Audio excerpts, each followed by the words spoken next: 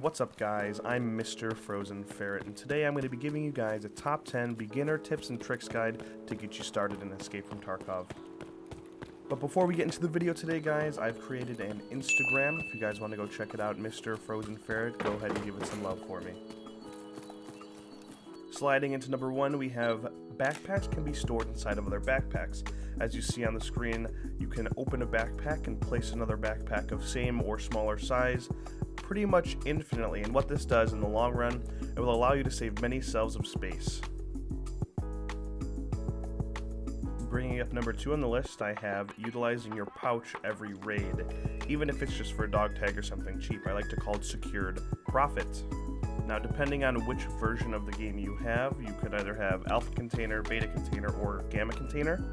There are 2 additional containers that require quests: the Obsidian container, which is a 4x2 grid, and the Kappa container, which is a 4x3 grid. Respectively, the Obsidian is a proper The Punisher Part 6 quest. The Kappa container is a fence quest named Collector. Up next is a big one on your screen right now. We have ammo types. The different ammo types that you use can win or lose you a gunfight. On screen you can see a list of all the ammo types in Escape from Tarkov, which I'll leave a link in the description for below. And on this list you can see its ballistics, penetration power, how much damage it does, how much damage it would do to flesh, and if it gives you accuracy or recoil bonuses or debuffs. Next we have don't be afraid to lose your items. I posted a few days ago a video about how to get over this gear fear that some people have in the beginning stages of Tarkov. You just have to understand that it's going to happen. You're never going to be able to play Escape from Tarkov and never die and never lose anything. Next we have a neat little trick that's going to save your life when you're looting. You can control click and alt right click to move items in and out of your inventory and quickly equip them. Alt right clicking, if it is possible to be equipped, will equip it to your character, and control clicking will automatically bring it into a next available open slot inside of your inventory. In the number 6 spot we have utilizing headphones. Headphones can be purchased on the market for relatively cheap. They all have different sounds and you can see which one you like the most.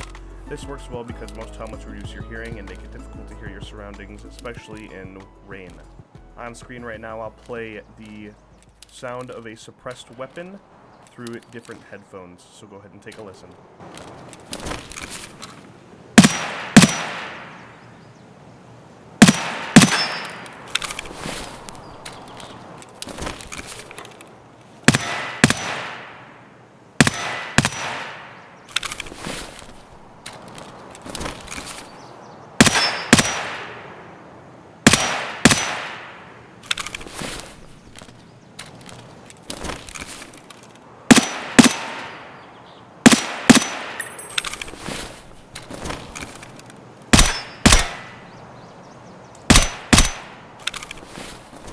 Next we have don't be afraid to do hatchet runs. If you're out of money and need some quick cash, your scav is on cooldown, you don't really know what to do, just load up with your knife and loot up. The bigger container you have, the better. Anything that goes into your container will not be lost when you die.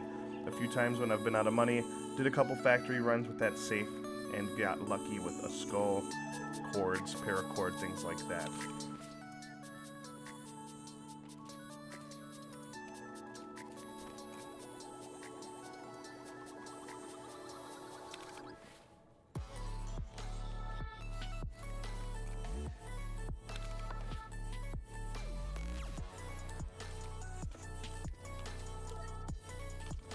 In the number 8 spot, we have if you're playing on your scav and you don't kill other AI scavs, they will not shoot at you. They think of you as a friendly player. You can use this to your advantage, knowing that there will not be any players near those scavs, and that vital information is very important. In the number 9 slot, we have trying to play with friends. Early on, playing with a friend or a team will give you a sense of security. Say, for example, you die in a raid and your friend clutches the fight, you'll have a higher chance of getting a return on your items if they're safe. If they can kill the enemy team, throw your loot into a bush, or even take it with them to give it back to you into the next raid. That will change your mindset about dying and you'll have a chance to get everything back.